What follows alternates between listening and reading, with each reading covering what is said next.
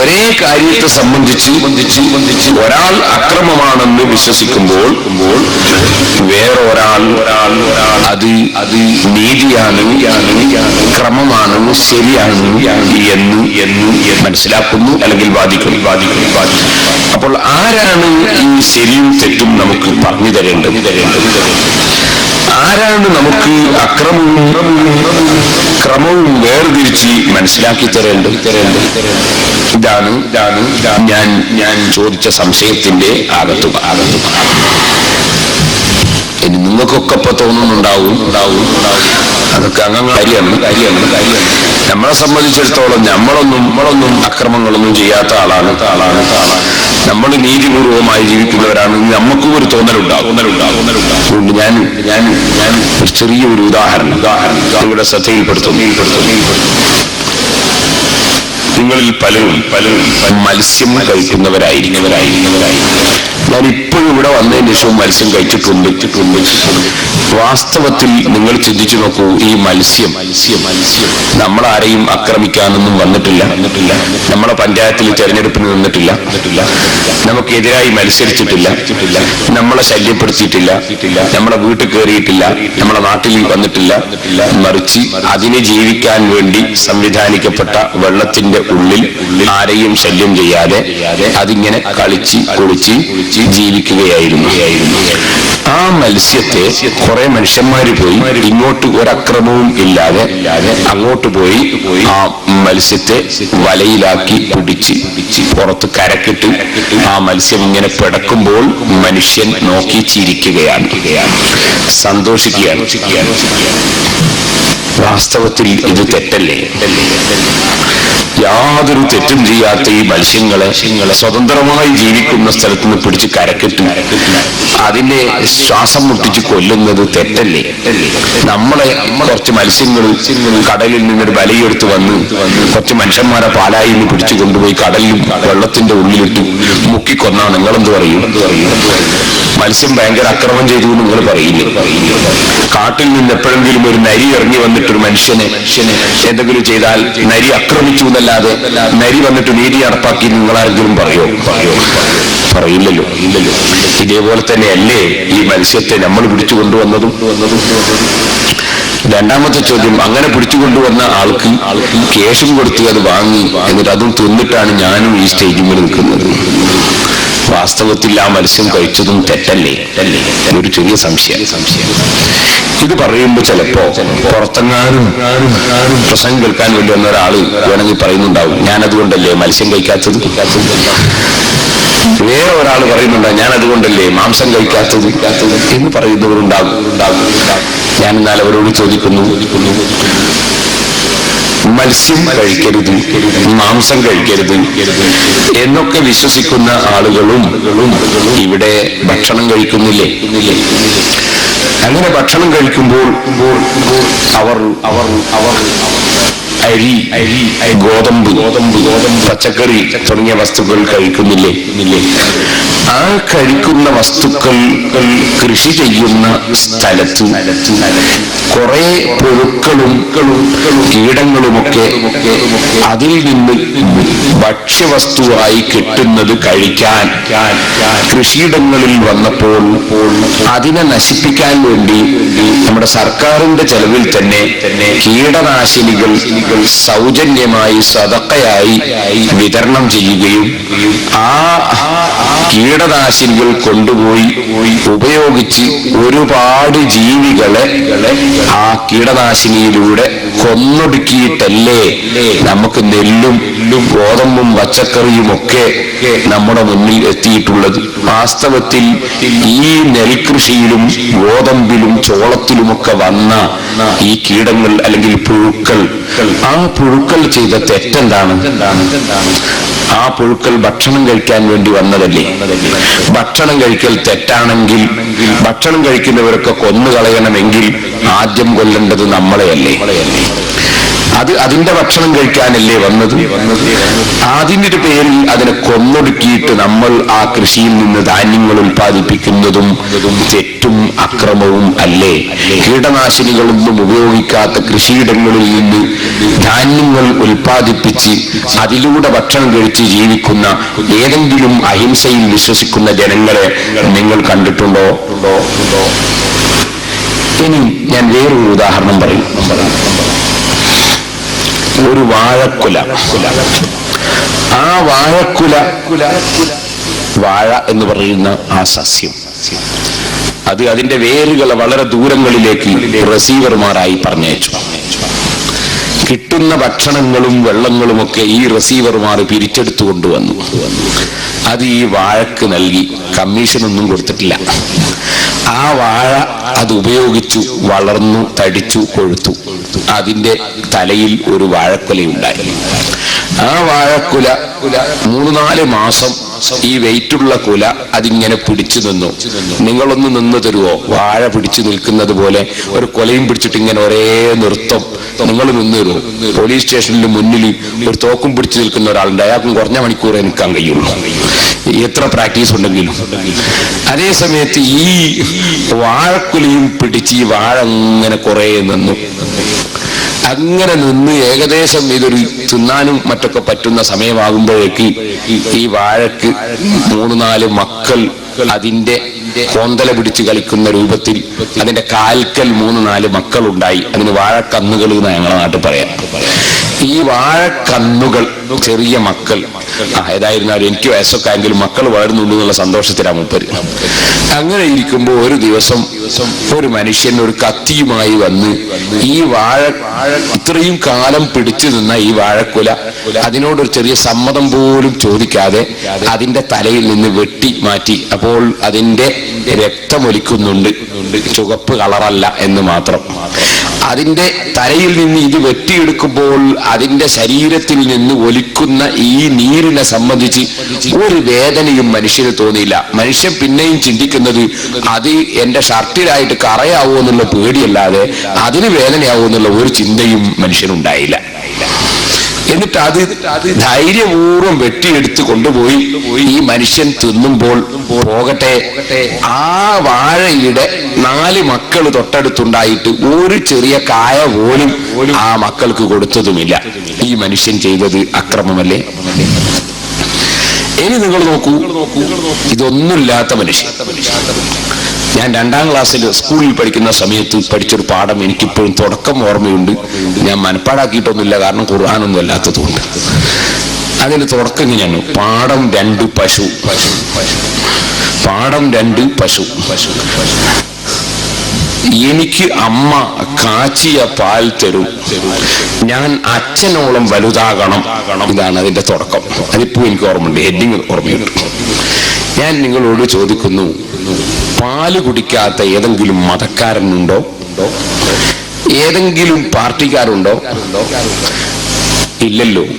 ഈ അടുത്താണ് ഞാൻ ഓർക്കുകയാണ്, ഗുരുവായൂർ അമ്പലത്തിൽ പാലുകൊണ്ട് ഒരു പ്രത്യേക കർമ്മം നടത്താൻ വേണ്ടി കുറെ ലിറ്റർ പാല്, കരുണാകരനോ മുരളിയോ ആന്റണിയോ ആരാണെന്ന് എനിക്ക് ഓർമ്മയില്ല, ഏതോ ഒരു നേതാവ് അവിടെ കൊണ്ടുപോയി അതിങ്ങനെ ഈ പാല് കൊണ്ടുപോയി ഒഴിച്ച സംഭവം പത്രത്തിൽ വായിച്ചത് എനിക്ക് ഓർമ്മയുണ്ട്.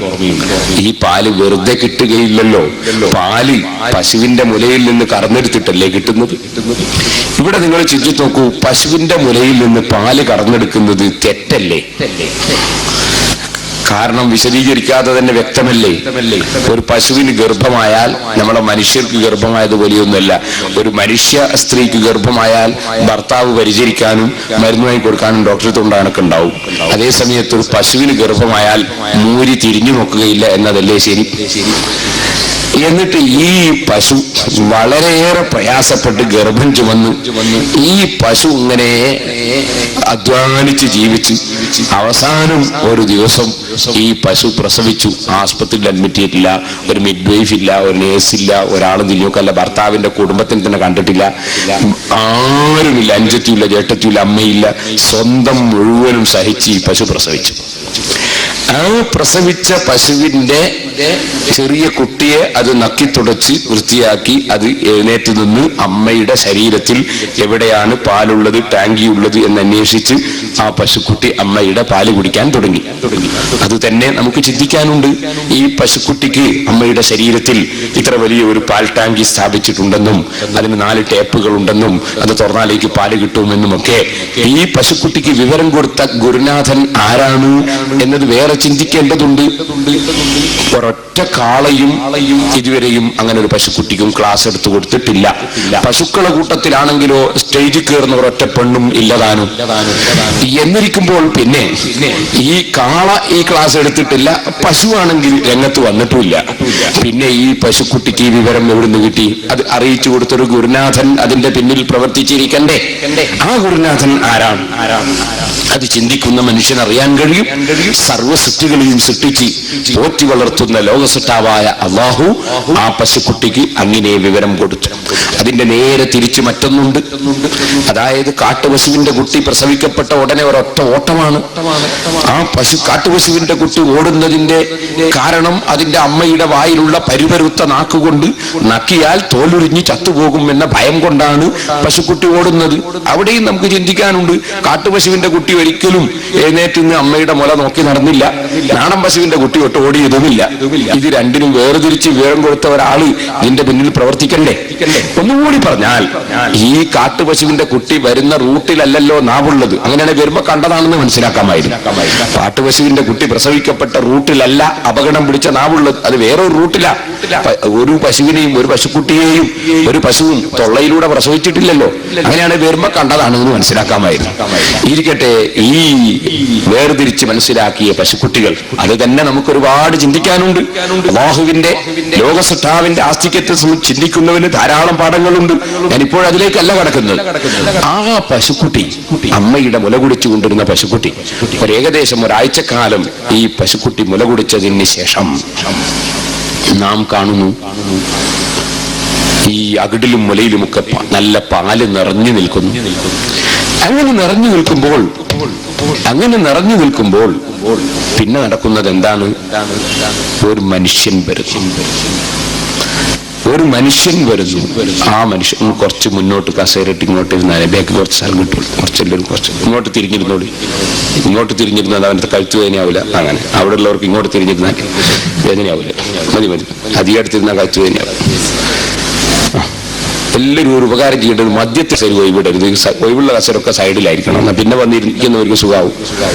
മദ്യം ഈ നിസ്കാരത്തിന് സഫ് കിട്ടുന്നത് നിങ്ങൾ കണ്ടിട്ടില്ലേ? ഒരു തലക്കെന്നല്ല അത് വെട്ടി വരേണ്ടത്, ഇമാമിന്റെ നേരെ ചോടെന്നാണ് കേട്ടത്. അതുപോലെ ഈ സദസ്സിൽ വാലിന്റെ സദസ്സിൽ കസേര വിളിക്കും മദ്യത്തിൽ നിന്നാണ് എല്ലാവരും ഇരിക്കേണ്ടത്, ഒരു തലക്കെന്നല്ല. ഞാൻ 2 തലക്കും ഇങ്ങനെ പില്ലിയത് പോകാൻ കഴിയും. ഇരിക്കട്ടെ, അപ്പൊ അവിടെ കസേര ഒഴിവില്ലേ?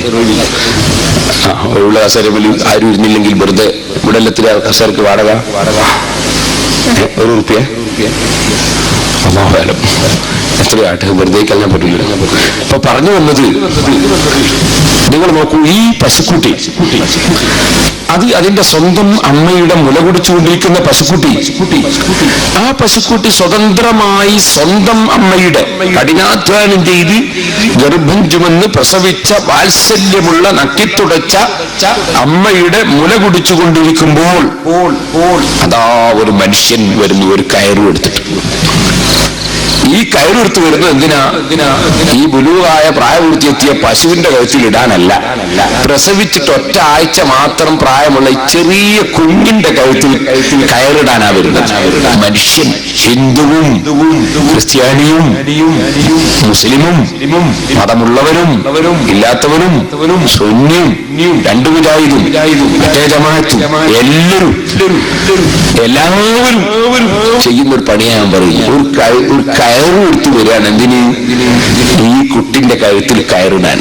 കയറിട്ടിട്ട് സ്വന്തം അമ്മയുടെ മുല ആർത്തിയോടെ കുടിക്കുന്ന പിഞ്ചു കുട്ടിയെ ശക്തി ഉപയോഗിച്ച് പിടിച്ചു മാറ്റി ഒരു ഭാഗത്ത് കെട്ടുന്നു.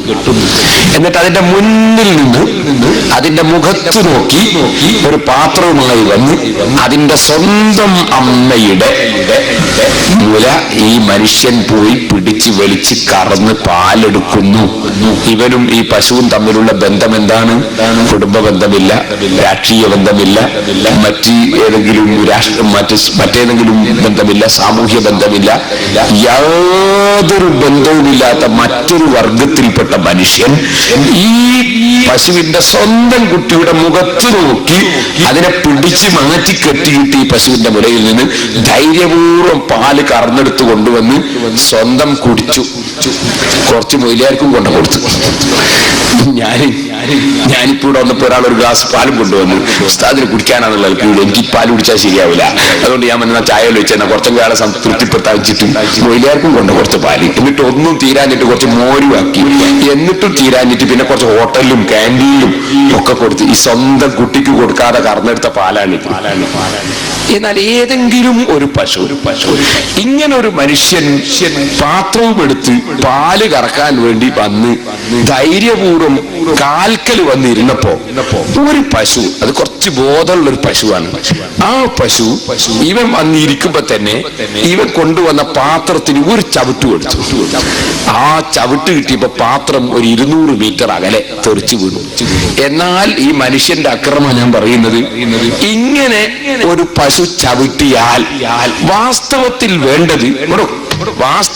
വേണ്ടത് എല്ലാ മനുഷ്യരും കൂടി എന്തായാലും തർക്കേടില്ല, നമ്മുടെ നാട്ടിലൊരു ബോധമുള്ള പശു ജനിച്ചല്ലോ എന്ന് മനസ്സിലാക്കി അതിന് സമ്മാനം കൊടുക്കുന്നതിന് പകരം എല്ലാ മനുഷ്യരും ഒരുപോലെ പറയും ചവിട്ടുന്ന പശു, ഒന്നിനും കൊള്ളാത്ത പശു, ചവിട്ടുന്ന പശു. വാസ്തവത്തിൽ കുറച്ചെങ്കിലും ബോധമുള്ള ഒരു പശു അതല്ലേ? നിങ്ങളൊന്ന് ആലോചിച്ച് നോക്ക്, നിങ്ങളെ ഭാര്യന്റെ സമീപത്ത് ഇങ്ങനെ ഒരു പാത്രം എടുത്തിട്ട് ഒരാൾ വന്നു കുട്ടിനെ പിടിച്ചു മാറ്റിയിട്ട് കറക്കാൻ വന്നാൽ ചവിട്ടാത്ത ഭാര്യയെ നിങ്ങൾ എന്ത് ചെയ്യും? ഇവിടെയാണ് ഞാൻ ചോദിക്കുന്നത്, ഈ മനുഷ്യൻ ചെയ്യുന്നത് അക്രമം അല്ലേ? അല്ല എന്നാണ് നിങ്ങളെ മറുപടിയെങ്കിൽ മുസ്ലിമും ഹിന്ദുവും ക്രിസ്ത്യാനിയും മതമുള്ളവനും ഇല്ലാത്തവനും ഒക്കെ ചെയ്യുന്ന ഒരു കാര്യമാണല്ലോ. ചെറിയ കുഞ്ഞിന്റെ കൂടെ രക്ഷിതാക്കൾ ആരും ഇല്ലേ? ആ കുട്ടിന്റെ കൂടെ രക്ഷിതാക്കളില്ലേ? ഉണ്ടെങ്കിൽ പേടിപ്പിക്കേണ്ട, അതിനെ കൊണ്ടുപോയിട്ട് അങ്ങോട്ടാക്കി കൊടുത്തേ.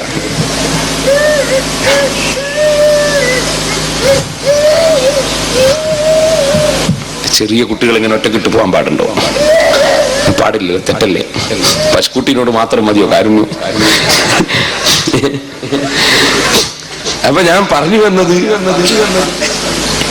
സഹോദരന്മാരെ, ഈ പശുക്കുട്ടിയുടെ അടുക്കൽ നിന്ന് ഈ പാല് കറന്നെടുത്തു കൊണ്ടുപോകുന്ന മനുഷ്യൻ അക്രമം ചെയ്തു എന്ന് ഇവിടെ ഒരു പാർട്ടിക്കാരനും പറയുന്നില്ലല്ലോ, ഒരു മതക്കാരനും പറയുന്നില്ലല്ലോ. പശുവിനെ ആരാധിക്കണമെന്ന് വരെ ചിന്തിക്കുന്നവർ പോലും ഈ പാവപ്പെട്ട പശുക്കുട്ടിയോടും പശുവിനോടും ചെയ്യുന്ന അക്രമത്തിനെതിരെ ശബ്ദിക്കുന്നില്ലല്ലോ. അവരും കറന്നെടുക്കാണല്ലോ പാല്. ഞാൻ ചോദിക്കുന്നു, ഇതിന്റെ ന്യായീകരണം എന്താണ്? ഈ ചെയ്യുന്നതിന്റെ ന്യായീകരണം, മനുഷ്യന് പറയാനുള്ള ന്യായീകരണം എന്താ? അതിന്റെ ന്യായീകരണം പരിശുദ്ധ ഖുർആൻ അതിനെല്ലാം മറുപടി പറയുന്നുണ്ട്. അതിനെ സംബന്ധിച്ചെല്ലാം നമുക്ക് വിശദീകരിച്ച് തന്നിട്ടുണ്ട്. ആദ്യമായി നാം ഓർക്കണം, ഒരു ന്യായവും അന്യായവും, ശരിയും തെറ്റും, ക്രമവും അക്രമവും, നീതിയും അനീതിയും അത് തീരുമാനിക്കേണ്ടത് ആരാണ്? അതിന്റെ അധികാരം ആർക്കാണ്? ഇതാദ്യം നാം തീരുമാനിക്കണം, നാം പ്രഖ്യാപിക്കണം. ആരാണ് അതിന് അധികാരമുള്ളവൻ? എന്താണ് അക്രമം, എന്താണ് അനീതി? പറയാം. ഏതൊരു വിഷയത്തിലും ഒരു തീരുമാനം എടുക്കാനുള്ള അധികാരം ഉടമസ്ഥനാണ്. ഈ സ്റ്റേജിൽ ആര് പ്രസംഗിക്കണം, അത് ഈ സ്റ്റേജിന്റെ ഉടമസ്ഥന്മാരാണ് തീരുമാനിക്കേണ്ടത്. അവർ തീരുമാനിച്ചത് മറികടന്നുകൊണ്ട് ഒരാൾ പ്രസംഗിക്കാൻ ഓടിക്കയറിയാൽ അവൻ ചെയ്യുന്നത് അക്രമം. എന്റെ വീട്ടിൽ ഇന്ന് രാത്രി ആരാണ് താമസിക്കേണ്ടത്? ഞാൻ തീരുമാനിക്കാത്ത ഒരാൾ താമസിക്കാൻ വേണ്ടി വീട്ടിൽ കയറിയാൽ അക്രമമാണ്. എന്റെ ഭക്ഷണം ആരാണ് കഴിക്കേണ്ടത്? ഞാൻ അനുവദിച്ചു കൊടുക്കാത്തവൻ കഴിച്ചാൽ അത് അക്രമമാണ്. ഒരു അനീതിയും അക്രമവുമാകുന്നത് അധികാരം മറികടന്നുകൊണ്ട്, അവകാശം അതിലംഘിച്ചുകൊണ്ട് ഒരാൾ മറ്റൊരാളുടെ അധികാരത്തിൽ കയ്യേറുന്നതല്ലേ അക്രമം എന്ന് പറയുന്നത്. മറ്റൊരാളുടെ അധികാരത്തിൽ കയ്യേറും.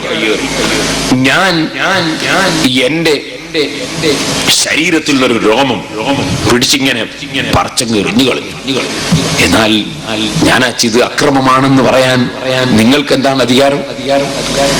നേരെ മറിച്ച് നിങ്ങൾ ആരെങ്കിലും ഒരാൾ വന്നിട്ട് എന്റെ താടി പിടിച്ചിട്ട് ഒരു രോമം ഇങ്ങനെ പറിച്ചാലോ, അപ്പൊ എല്ലാരും ഒരു അത് അക്രമമായി പോയി, അയാൾ അങ്ങാനൊരു നാട്ടിൽ നിന്ന് വന്നിട്ട് നമ്മൾ പാലായി ചെയ്യേണ്ടിയില്ലായിരുന്നു എന്ന് നിങ്ങൾ പറയും. കാരണം എന്റെ വസ്തു ഞാനല്ലേ അത് കൈകാര്യം ചെയ്യേണ്ടത്, വേറെ ഒരാൾ കൈകാര്യം ചെയ്യുന്നതല്ലേ അക്രമം, അതല്ലേ അനീതി. ഇനി ഞാൻ ചോദിക്കുന്നു, ആരാണ് ഉടമസ്ഥൻ? ആരാണ് ഉടമസ്ഥൻ? ഉടമസ്ഥന്റെ തീരുമാനപ്രകാരം ഒരു വിഷയം കൈകാര്യം ചെയ്യുമ്പോൾ അവിടെ അക്രമവും അനീതിയും ഇല്ല. ആരാണ് ഉടമസ്ഥൻ? ആരാണ് പശുവിന്റെ ഉടമസ്ഥൻ? ആരാണ് പാലിന്റെ ഉടമസ്ഥൻ? ആരാണ് മനുഷ്യന്റെ ഉടമസ്ഥൻ? ആരാണ് മത്സ്യത്തിന്റെ ഉടമസ്ഥൻ? ആരാണ് സസ്യത്തിന്റെയും വാഴയുടെയും വാഴക്കുലയുടെയും ഉടമസ്ഥൻ? ആരാണ് മാംസത്തിന്റെ ഉടമസ്ഥൻ? ആരാണ് ധാന്യങ്ങളുടെയും കൃഷികളുടെയും ഉടമസ്ഥൻ?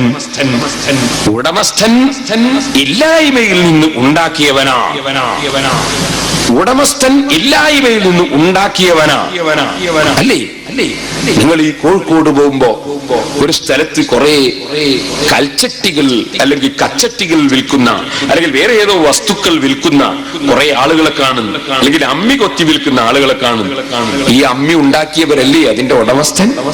അമ്മിക്കുട്ടി ഉണ്ടാക്കിയവനല്ലേ അമ്മിക്കുട്ടിയുടെ ഉടമസ്ഥൻ? കച്ചട്ടി ചെത്തി ഉണ്ടാക്കിയവനല്ലേ അതിന്റെ ഉടമസ്ഥൻ? ഇത് നിങ്ങൾ സമ്മതിക്കുന്നതാണെങ്കിൽ ഉണ്ടാക്കിയവരല്ലേ ഉടമസ്ഥൻ? എന്നാൽ അതാ മറ്റൊരാളിൽ നിന്ന് പ്രതിഫലം പറ്റാതെ സ്വന്തമായി ഉണ്ടാക്കിയവനാണ് യഥാർത്ഥത്തിൽ ഉടമസ്ഥൻ. ഇവിടെ എല്ലാം ഉണ്ടാക്കിയവൻ ആരാണ്? എല്ലാം ഉണ്ടാക്കിയവൻ, സസ്യത്തിന്റെ ഉടമസ്ഥൻ ആര്? ഉണ്ടാക്കിയവൻ ആര്? ഇല്ലായ്മയിൽ നിന്ന് മുഴുവൻ വസ്തുക്കളെയും ഉണ്ടാക്കിയവൻ ഏകനായ അല്ലാഹുവാ. അവൻ ഉണ്ടാക്കിയവനായത് കൊണ്ട് തന്നെ ഉടമസ്ഥൻ അവനാണ്. ഉടമസ്ഥന്റെ തീരുമാനപ്രകാരം ഒരു വസ്തു കൈകാര്യം ചെയ്യുന്നത് അക്രമമല്ല, അനീതിയല്ല, തെറ്റല്ല, മറിച്ച് അത് ക്രമത്തോടുകൂടെ തന്നെ, അതുപോലെ നീതിയോടുകൂടെ തന്നെ ചെയ്യുന്ന പ്രവർത്തനങ്ങളാ. ആരാണ് ഇതൊക്കെ സൃഷ്ടിച്ചത്, ഉണ്ടാക്കിയത് എന്നതിന്റെ മറുപടിയിൽ ആർക്കും പറയാനുള്ള മറുപടി അല്ലാഹു. ഒരു മതക്കാരനും പറയാൻ കഴിയില്ല ഞാനാണ് ഉണ്ടാക്കിയത്. ഒരു കക്ഷിക്കും പറയാൻ കഴിയില്ല ഇന്ന ഒരു മനുഷ്യനാണ് ഉണ്ടാക്കിയത്, ഒരു സൃഷ്ടിയാണെന്ന് പറയാൻ കഴിയില്ല. ഇവിടെ ഒന്നും ലോക സൃഷ്ടാവല്ലാതെ ഉണ്ടാക്കിയിട്ടില്ല. ഒരു വിധത്തിൽ പറഞ്ഞാൽ നേരത്തെ ഞാൻ പറഞ്ഞ കച്ചട്ടിയും വാസ്തവത്തിൽ ഉണ്ടാക്കിയവൻ അല്ലാഹു തന്നെയാണ്. കാരണം കല്ല് വടച്ചവൻ ഉണ്ടാക്കിയതാണ്, ചെത്തി ഉണ്ടാക്കൽ മാത്രമേ ഇവര് ചെയ്തിട്ടുള്ളൂ, സംഘടിപ്പിക്കുകയെ ഇവർ ചെയ്തിട്ടുള്ളൂ. ഈ മൈക്ക് സെറ്റ് ഉണ്ടാക്കിയത് വാസ്തവത്തിൽ അല്ലാഹുവാണ് എന്നാ പറയേണ്ടത്. കാരണം ഈ മൈക്ക് സെറ്റ് ഉണ്ടാക്കാൻ ഉപയോഗപ്പെടുത്തിയ ഇരുമ്പ്, അലൂമിനിയം, റബ്ബർ എന്തൊക്കെയാണോ ഉള്ളത് അതെല്ലാം ഉണ്ടാക്കിയവൻ അല്ലാഹുവാണ്. അല്ലാഹു ഉണ്ടാക്കിയ വസ്തുക്കൾ എടുത്ത് സംഘടിപ്പിച്ചതാണ്, ഇല്ലായ്മയിൽ നിന്ന് ഉണ്ടാക്കിയതല്ല, ഉള്ളത് സംഘടിപ്പിച്ചതാണ്. ഈ ഒരു ക്ലോണിങ്ങിലൂടെ ഒരു കുട്ടിയെ, ഒരു ആട്ടിൻകുട്ടിയോ മനുഷ്യക്കുട്ടിയോ തന്നെ ഇവിടെ ഉണ്ടായാലും ആ ക്ലോണിങ്ങിന് വേണ്ടി ഉപയോഗപ്പെടുത്തിയ അതിന്റെ അടിസ്ഥാന ബിന്ദു അതും സൃഷ്ടാവ് സൃഷ്ടിച്ചിട്ടുള്ളതാണ്. സൃഷ്ടാവ് സൃഷ്ടിച്ചിട്ടുള്ളതിലൂടെ പലതിനെയും വളർത്താൻ വേണ്ടി ശ്രമിക്കുക എന്നല്ലാതെ മനുഷ്യരിവിടെ ഇല്ലായ്മയിൽ നൊന്തിരിയും ഉണ്ടാക്കാൻ ഒരു സൃഷ്ടിക്കും ഇവിടെ സാധ്യമല്ല. അത് ഉണ്ടാക്കുക എന്നത് അല്ലാഹുവിന് മാത്രമുള്ള ഒരു കാര്യമാണ്.